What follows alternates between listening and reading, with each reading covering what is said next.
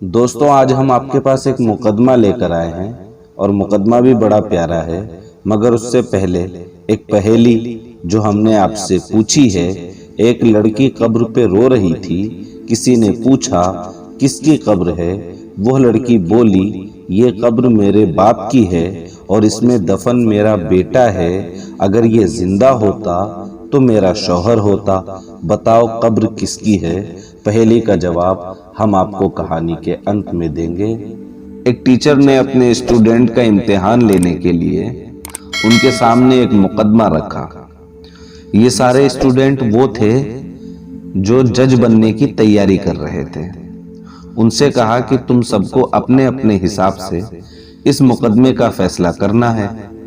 मुकदमा ये है कि एक आदमी के घर मेहमान आए और उस आदमी ने मेहमानों की खातिरदारी की और दावत का इंतजाम किया। अपने नौकर को दूध लेने भेजा ताकि मेहमानों के लिए खीर बनाई जा सके।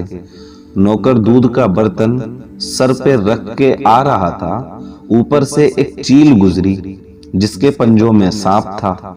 सांप के मुंह से जहर के कुछ कतरे टपके जो दूध में जा गिरे और उस दूध से बनी खीर मेहमानों ने खाई और सब के सब मेहमान मर गए। तो बताओ कसूरवार कौन है? तो पहले स्टूडेंट ने जवाब लिखा गलती नौकर की है, उसे बर्तन को किसी चीज से ढांक के लाना चाहिए था, इसलिए मेहमानों के कत्ल का मुजरिम नौकर है और नौकर को सजा दी जाएगी। टीचर ने कहा बात तो तुम्हारी ठीक है, मगर नौकर का जुर्म इतना बड़ा भी नहीं कि उसे सजाए मौत दे दी जाए। दूसरे स्टूडेंट ने लिखा सारा जुर्म घर के मालिक का है, उसे पहले खीर को चखना चाहिए था, फिर मेहमानों के आगे पेश करता। टीचर ने यह तर्क भी रद्द कर दिया। तीसरे स्टूडेंट ने लिखा यह सब एक इत्तेफाक है, मेहमानों की तकदीर में मरना लिखा था, इसलिए इसमें किसी को सजा नहीं दी जा सकती, किसी की भी गलती नहीं और कोई भी सजाए मौत के लायक नहीं। टीचर ने कहा जज तकदीर के ऊपर फैसले नहीं करते, अगर मुकदमे तकदीर से चलने लगे तो इंसाफ कैसे होगा? चौथे स्टूडेंट ने लिखा सबसे पहला सवाल ये कि ये सारा मंजर देखा किसने? किसने चील के पंजों में सांप देखा? किसने सांप के मुंह से टपकता हुआ जहर देखा?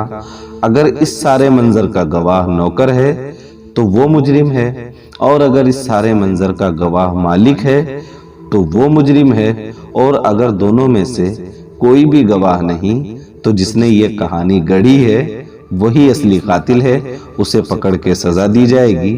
टीचर ने उस स्टूडेंट को शाबाशी दी और साथ में ये सबक भी दिया कि जब इस तरह कोई सोचने लग जाए तो वो जज बनने के काबिल हो जाता है। तो दोस्तों कई बार ऐसा होता है कि जैसा हमें दिखता है हकीकत में वैसा होता नहीं, और जैसा होता है वैसा हमें दिखता नहीं। चलते चलते पहेली का जवाब भी सुनते जाइए। पहेली एक बार फिर से सुन लीजिए। पहेली ये थी कि एक लड़की कब्र पे रो रही थी, किसी ने पूछा कि किसकी कब्र है? वो लड़की बोली ये कब्र मेरे बाप की है और इसमें दफन मेरा बेटा है, और अगर ये जिंदा होता तो मेरा शौहर होता। बताओ कब्र किसकी है? तो इस पहेली का जवाब ये है कब्र लड़की के बाप के लिए खोदी गई थी, लेकिन किसी वजह से दफन उसका मंगेतर हुआ। मंगेतर के मर जाने की वजह से लड़की की शादी मंगेतर के बाप से हो गई। जो पहले मंगेतर था अब वो लड़की का बेटा बन गया, और अगर वो जिंदा होता तो लड़की का शौहर होता।